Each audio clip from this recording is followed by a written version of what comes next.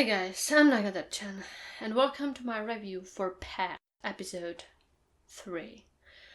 Well, this one was very interesting, I would say. Yeah, many interesting stuff happened.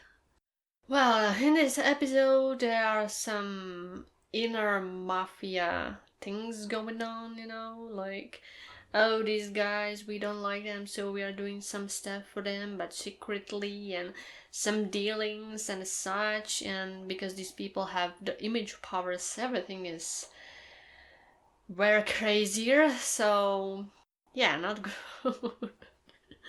Not good at all.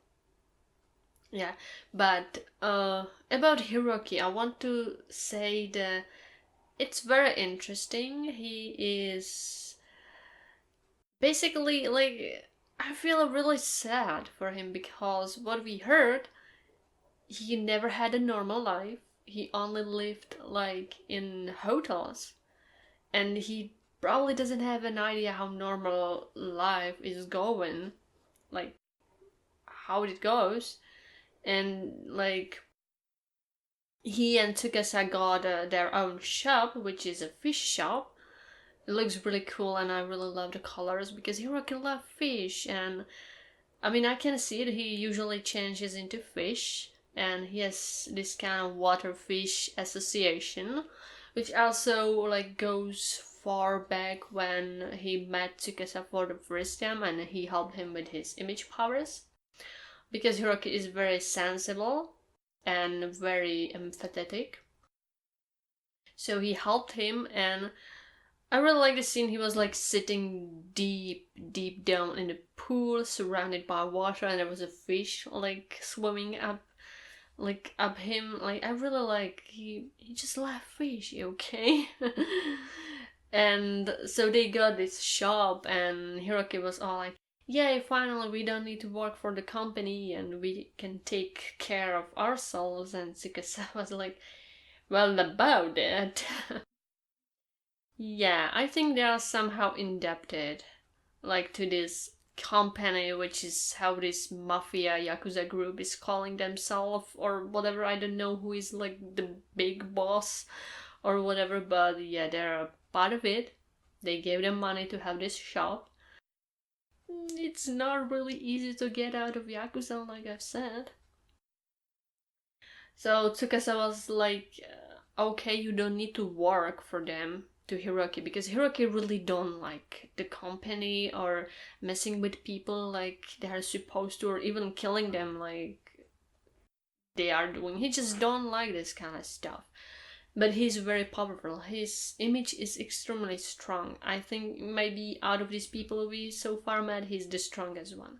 At least it seems like the way they're talking about him. So they really want to take care of him, and they really want him to be around so they can use him.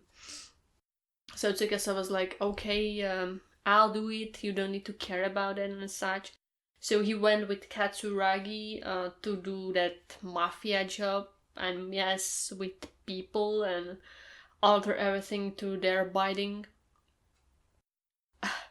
Like, this episode, we get to know some new people, like from Chinese mafia, having some contracts with the company or whatever, and such stuff. And there was this guy who was working for some like smaller guy who was, I think, still part of a company or something, but was like doing some side jobs or whatever. And they were like messing with these stuff, and I really felt sad for this Inuit guy, which was his name. At first, when you like meet him, it's like, oh, this guy is bad guy, and like he's doing bad stuff. And then Tsukasa goes in and basically opens his life like a book, and you see his whole life, like how his life was fucked up. Like, his mother of this Inuit guy, she was nuts. Like, when I say nuts, I mean nuts. She was freaking nuts. No wonder the guy ended how he ended. I mean, no surprise. Like, she was, I don't know if it was his real mother or adoptive mother, but she was crazy. She was dressing like some kind of Lolita outfit, this kind of fashion sense. But, I mean, she was outdated for that. I'm sorry to say that. Yeah, her age outdated that fashion a long time ago. And she was making like her cute doll daughter out of this guy Inui like kid. He was a boy, and she was dressing him as a girl and do stuff. And when he didn't act like she wanted like a girl, she was like hurting him and abused him, and like kids were making fun of him and such. And the guy just wanted normal life. Give him a break. Don't do this to kids, okay? Don't mess with them. And then she like committed suicide, and he like found her at home, and he was happy because the whole time he was with her, she just abused him. So of course that definitely scared him and mentally fucked with him. And then he was like some kind of punk, and this Satomi guy was like wanting him to be part of the group, and he became, because he saw in Satomi someone, he kind of projected someone into Satomi. So he was like, I guess why not? And Tsukasa saw all of this, and he kind of was like, oh, I need to do this and that to mess with this guy. But the way Tsukasa messed with him, Jesus, I felt so sorry for this Inui guy. Like, his whole fucking life was so messed up. Then this fucker Tsukasa fucked with his mind to completely destroy everything and made him crazy.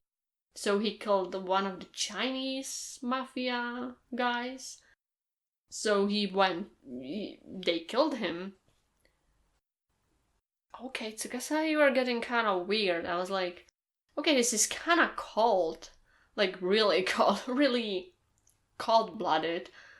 Because Tsukasa is acting very nice, and he's smiling, and he's very heartwarming around Hiroki, and suddenly he's so cold, and you're like, what is going on with Tsukasa? This is weird.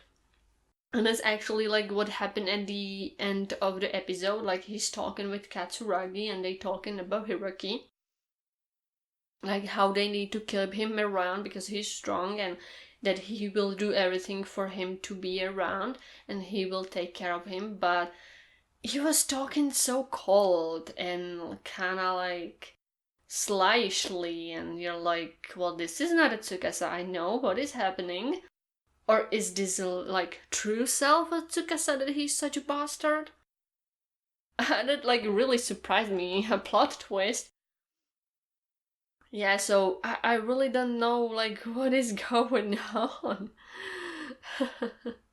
And Tsukasa was talking like, yeah, he's my pet, about Hiroki. So you're like, oh, is this the way how he thinks about him? That he's like keeping him because how strong he is? Because that was such a weird switch in like character, that I was thinking that he's a nice guy, and then suddenly he is so different. Like, okay, Tsukasa, I'm not sure if I trust you now. And most important stuff is that they found Hayashi, who is that silver-haired guy who helped, what was his name, Satoru, at the start of the first episode.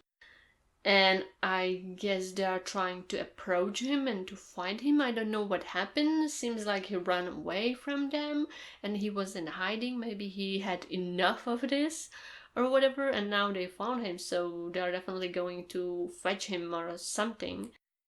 This was very interesting episode. I give it 7.5 out of 10, because the ending part like got me kinda surprised, very surprised.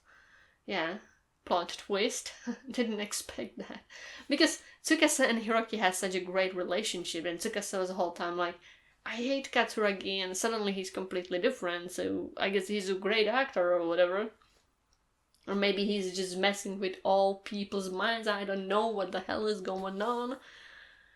But I like it, so what now? Like, what does Hayashi guy do?